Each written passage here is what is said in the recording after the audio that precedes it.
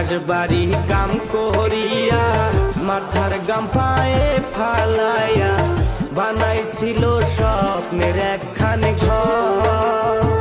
বিদেশ বাড়ি কাম করিয়া মাথার গাম পায়ে ফালাইয়া বানাইছিল স্বপ্নের একখান ঘর।